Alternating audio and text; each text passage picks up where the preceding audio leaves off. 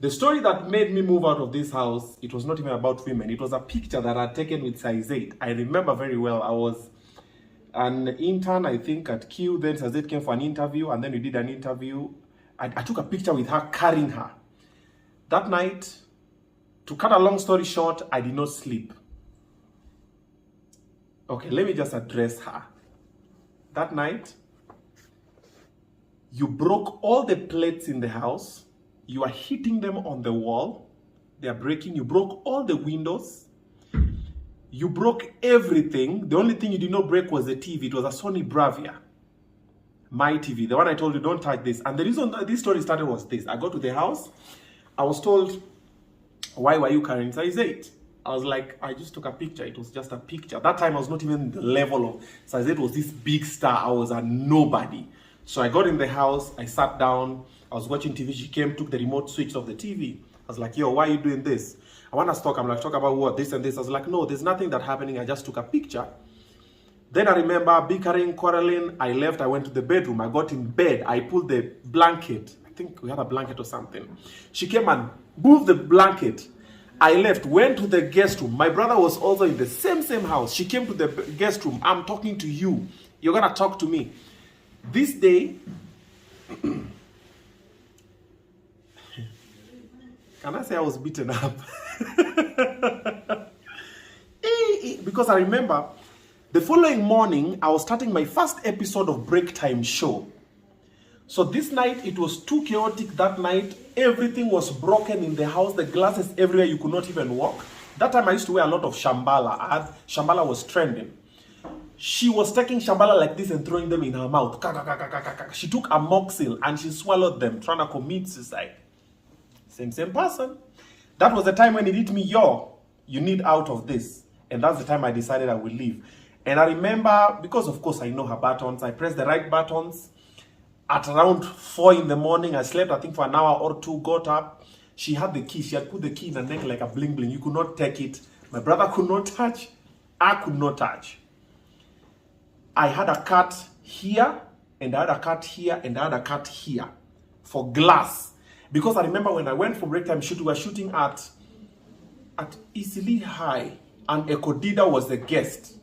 And it was my first day. I had a brown mohawk, so I was looking like a thug. I've just gotten this TV deal, the first TV deal. I'm going to do a major one. It's called Break Time Show.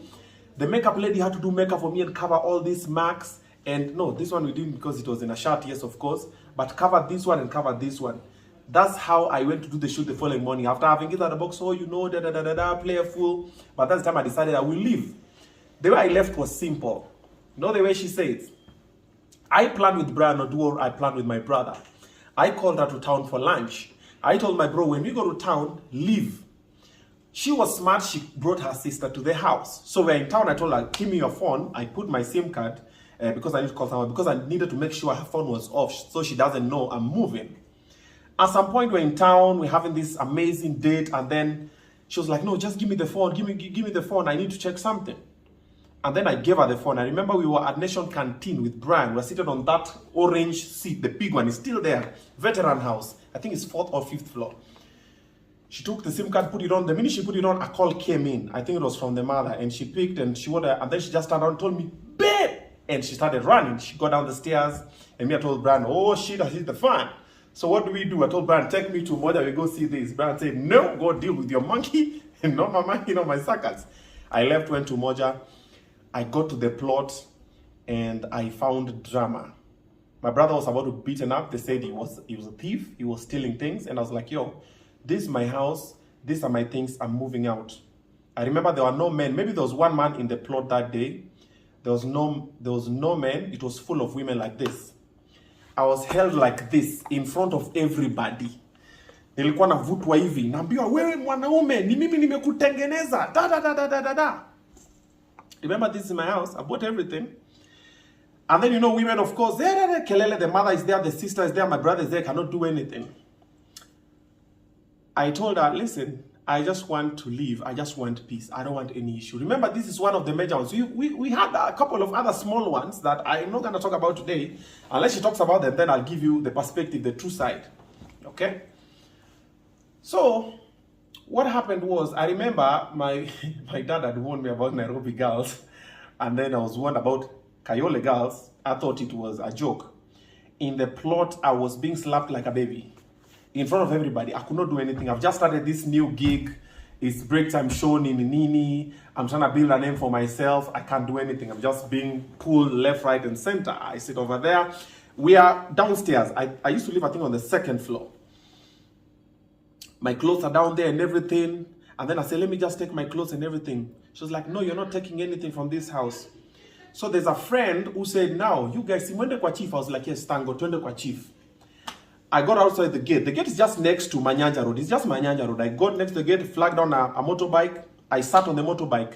She jumped and sat behind me and then folded my clothes like this from the back, like this. Then I'm seated on the motorbike. I'm just telling the motorbike guy, take me to the chief's camp, please. And then she told the mother, Mom, kakwa yo ingine analipa. Kakwa yo ingine analipa. I remember this day fresh in my head. The mother sat on the other one. So we're going to the chief. She's holding me like this. I'm holding the little guy. Matusi na pewa zote. The way I'm a useless fellow. I've done da. I'm just keeping quiet. We got to the chief. We solved the story to Umoja Chief's camp. We solved the story. We wrote down. I was going to leave her the house with everything in it. Because she said, I bought all those things when I was with her. And I said, I'm leaving you with everything. The only thing I'm going to leave with was a TV. This TV was 32-inch that I bought. Jalas had given me an event in Mombasa for 1 week. Story for another day. The first amount I think was paid 80,000. The thing that I bought was a TV when I was staying with Akinawago. So I moved into this house with the TV and the TV stand. Those are the two things I left this house with and my clothes. Some of my clothes. We agreed. We wrote down everything. That document was torn, I think, less than a year ago. And I was like, provided she just leave me at peace. And I said, I'll be paying rent. And this is the amount I will give her. And this is what I would pay. There was an amount I was supposed to give her. I left the house with the TV and the TV stand, went to Roysambu behind TRM when TRM was just being built. I bought the high school mattress, started life afresh. That is how I started in Roysambu. Left her with the house and everything. So this story here is a lie.